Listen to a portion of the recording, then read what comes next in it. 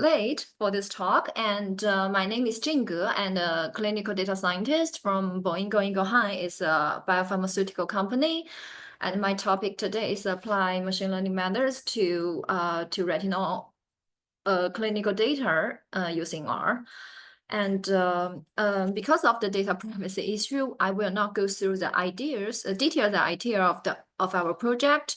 Yeah, but I want to share with you is about how we construct the R code to realize what we want in a systematic way. And I want to share with you mine to construct our code for machine learning methods, how we train the model, and how we do apply for the demonstration.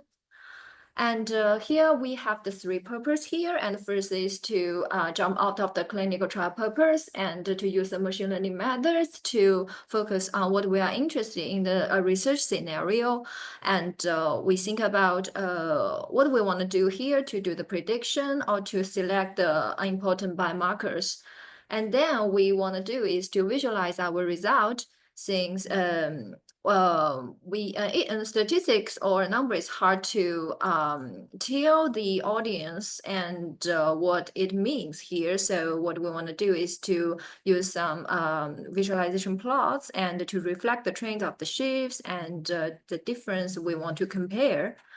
And the last thing is about to consider feature usage, and copying all the code or run again are not necessary in some cases. So especially we only want to have a quick glance initially to check whether the machine learning method could be used in our research. So I construct user-friendly functions for people and without our coding background, and they could easily use this to get the same result. And before we get started, and we need to review the data itself first. And the first thing is about what the data structure here. And in clinic stage, and we are quite familiar with the SDTM, and each variable name is standard, and so we know what it represents here. But in some cases, the data itself, we don't know what each variable means here. So we need to create a directory to show the actual meaning of each variable to know, yes, what it is. And then to select the response variable. And I think that this case is more related to the primary endpoint or secondary endpoint, and related to the actual disease or the actual trial purpose. So, and in our retinal health, and the vision itself and could be a popular one. And the final things we need to consider is about the data features, and each therapeutic area has its own features, just as for the data from oncology, and it has many biomarkers. But for the retinal health, we need to consider that each patient has two eyes, and what kind of the treatment they use. And so this kind of the things could affect our data pre-processing when we get started with our modeling. And before that, we also need to do the standardization on the independent variables. And here is a slide to show you how we constructed the machine learning models here, and tidyverse and Keras, two packages we use. And we take the partial least square as an example, and any machine learning model could be constructed in the same process. And here we use the train control function to tell the how we train the model to control. We can say what the repeated times here. And the matrix tell the R what the statistic we used to reflect the results. And usually categorical, we usually use the accuracy, and for the continuous, we will use the RMSE and the root mean square. I just want to let you know we have until 50, so we're giving you more time, so you have more time until 53. So you have until 53, and the next session will run 3 minutes late. Sorry to interrupt. 3 minutes late. Okay, I will quick. No, you will have more time. You have more time until 53 is what I want to say. Okay, great. Give you more time. Yeah, sorry. No problem. Yeah, good news to know. And then we use the train function and to train the model. Next, the next part of the code to show how we calculate the confusion matrix, and usually, and we expect that our response value could be the binary one. If it is a continuous one, we need to consider a cutoff point to divide the response variable first, and then to calculate the confusion matrix using training dataset or the testing dataset.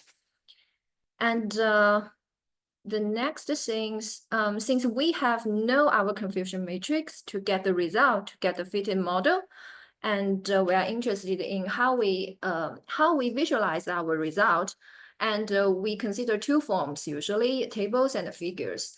And in this case, and test PLS is from the confusion matrix, and it has showed that a series of the different statistics from the model, and we can use this one and to calculate a series of the statistics. And then tables will compile all the statistics together from each model. And then in this case, we could see the numeric differences between each model. And then we could use the right EXL is a library that we can output the data frame as an Excel file. And the last part is about the figures. And for this example, we create a bar plot to show the distribution of the accuracy here. And ggplot is quite popular way. And in this case, we can just put GM arrow bar, that is what we want to create, and to tell them what we need to plot here. And in this case, we can show the comparison of the accuracy between each model. And next things we need to consider the future use. And as I said before, because we need to consider that the people without the R coding background, and but in some cases they are in a hurry and to run the R code to get a quick result from the machine learning methods. And here we give functions for them to run. And the first things, the functions in R can be seen as similar to customized macros in SAS. And while they are not exactly the same, but they serve the similar purpose. And what we do is we set a series of the parameters, and we also set the default value to some parameters. And in this case, for example, for the first function, and people could just use the all fit model parentheses and data equal to my data to use their own data and to run all the functions with this line of code and to get a quick result from the series machine learning methods. And also R is open source, as we know, and packages could be created to store the functions and make them available for anyone to use. So in this case, that we could to make our future work more convenient in the model fitting stage. And here actually, here we finalize, we generalize some pros and cons here. And the process itself to do the machine learning models has been created and established. And the functions can be easily used for other retinal health data. However, on the user-friendly stage, and we need to consider to construct a comprehensive guide to show how to use this function to run the code, and also a platform with eye shining to create interactive tables on the figures could be considered. Yeah, and yeah, that's all. And hope this does not disturb you too much and occupy too much of your time. And I welcome to any kind of the questions.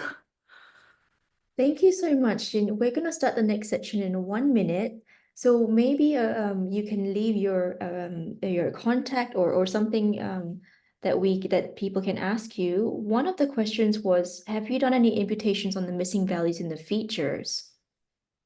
Actually, yes. And since since we are considering that whether this kind of the process could be applied to a different data from the different sources. And in this case, we can do another project, and at the same time, we can improve and validate our process to do a series of the machine learning methods. Yeah. Great. Will you share the link to your slides, please? It's up to you. Oh, You okay, sure, no problem. I you could, can let us know later. oh Yeah. yeah, sure. Great. I will share it in the chat. Yeah. Thank you so much, Jin, and thank you everyone for being here. We're going to move on to the next presenter, Pavel. Please thank Jin for her presentation today. Thank you, everyone.